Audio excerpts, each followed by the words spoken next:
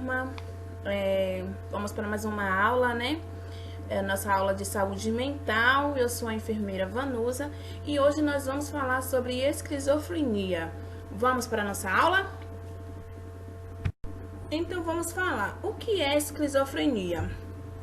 A esquizofrenia ela é um transtorno mental complexo que dificulta na distinção entre as experiências reais e imaginárias. Ela interfere no pensamento lógico, nas respostas emocionais normais e comportamentos esperados em situações sociais.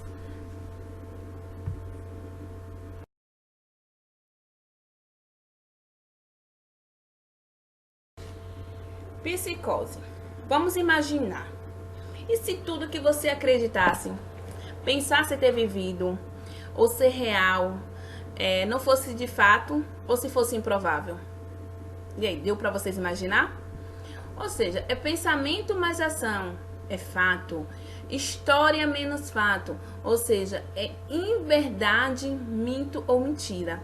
Traduzindo isso tudo, psicose, ela é nada mais, né, que ela é caracterizado por uma intensa fuga da realidade.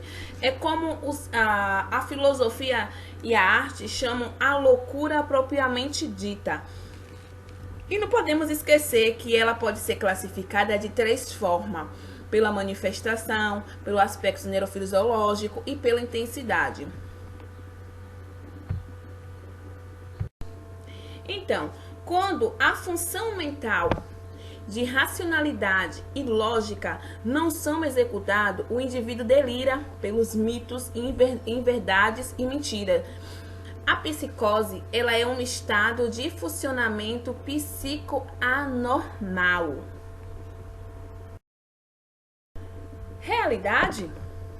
O psicótico perde o contato com a realidade. Modifica assim os planos, as atitudes, as ideias devidas às coisas absurdas. São criadas relações com coisas que não existem. E pode repentinamente sentir-se perseguido, em perigo, como se o mundo conspirasse contra ele. Essa é a realidade de um psicótico. Os sintomas.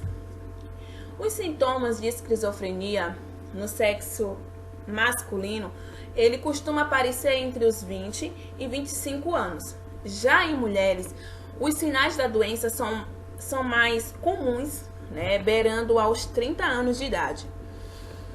É raro encontrar casos de esquizofrenia em crianças ou adultos acima de 45 anos.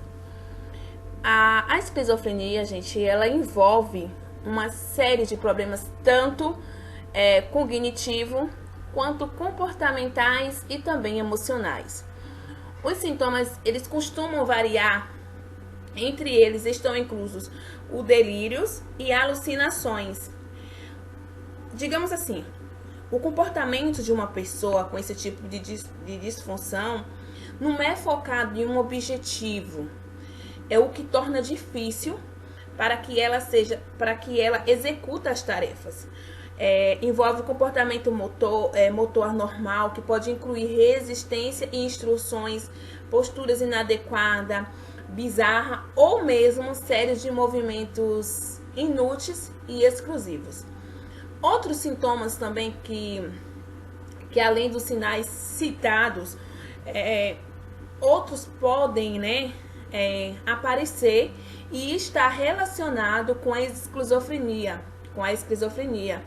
Uma pessoa com uma doença, ela pode não aparentar emoções, que vocês vão ver nos slides seguintes, não fazer contato visual, ela não alterar as expressões faciais, ter falas monótonas ou sem adição de qualquer movimento, que normalmente dão ênfase emocional ao discurso.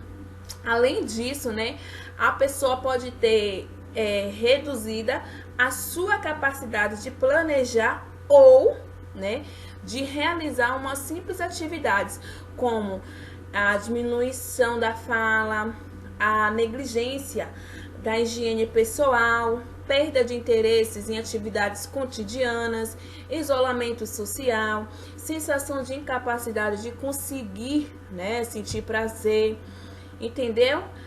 E eu dividi, né, os slides com os sintomas dividido. O que acontece no delírio, né? No delírio, dá a ideia de crenças inabaláveis, irremovíveis, que contrariam quaisquer argumento lógico que se possa oferecer em contrário. E quando se fala de alucinações, tudo o que pode ser percebido pelos 5 sentidos pode ser alucinado. Percepção, ou seja, o real, né, de um objeto inexistente. O envolvimento psíquico é contundente e acompanhadas por delírios. Enquanto ao pensamento desagregado, identifica-se no discurso, né, dessa pessoa que ela não apresenta linearidade. Ela mistura de vários assuntos e ela demonstra desconexão e também incoerência. Já os sintomas no afeto, nós temos embotado, é um sentimento inadequado, expansivo, exaltado, ele fica indiferente, entristecido, rígido, tem aquele plano e irritável. Sintomas motores. Pode dar total apatia com ausência de movimentação, comunicação, interação de qualquer tipo, até franca e severa agitação de motora com descontrole de impulso. Como lá na frente eu tinha feito um resumo, né, dos sintomas, existe também, né, mais outros sintomas que aparecem na pessoa esquizofrênica, como motivação, né, ambivalência, o sentimento de angústia, o retraimento social, insônia, o déficit de crítica, né, a ideação suicida ou homicida. Os tipos de esquizofrenia. Nós temos o paranoide, que são delírio, tipicamente persecutórios ou grandiosos ou ambos. Os delírios podem ser múltiplos. As alucinações são relacionadas ao tema do delírio. A pessoa apresenta ansiedade, raiva, afastamento e tendência a discussões. E pode predispor a suicídio pelos delírios, né, persecutórios, ou predispor à violência. Nessa paranoides são comuns, né, resumindo tudo isso, alucinações, delírios, sistematizado e comportamentos violentos. Digamos que ele tem melhores chances de reabilitação. Esquizofrenia desorganizada. Os discursos são desorganizados, comportamentos desorganizados e afeto embotado ou inadequado e risos imotivados. Leva uma severa perturbação na capacidade de executar atividade da vida diária, como por exemplo tomar um banho e vestir-se. A esquizofrenia cartônica é a perturbação motora grave, imobilidade ou atividade excessiva. A atividade motora excessiva é aparentemente desprovida de sentido e não influenciada por estímulos externos. Quando a gente fala de catônico, né, dá uma postura estereotipada, ou seja, repetição de frases ou palavras sem sentido. Temos a esquizofrenia hiperflênica, que é a mudança afetivas de comportamentos irresponsáveis, maneirismo, pensamento desorganizados e incoerente, tem um mau prognóstico devido ao embotamento afetivo e o rápido desenvolvimento dos sintomas negativos. Então, as causas, né, exatas da esquizofrenia, ainda são desconhecidas. Por quê, né? Alguns médicos, eles acreditam que é uma combinação de fatores genéticos e ambientais possam estar envolvidos no desenvolvimento desses distúrbios. Ou também com envolvimento de certas substâncias químicas do cérebro, né? Incluindo os neurotransmissores como a dopamina e o glutamato. Também, né, ele pode estar envolvido nas causas da esquizofrenia.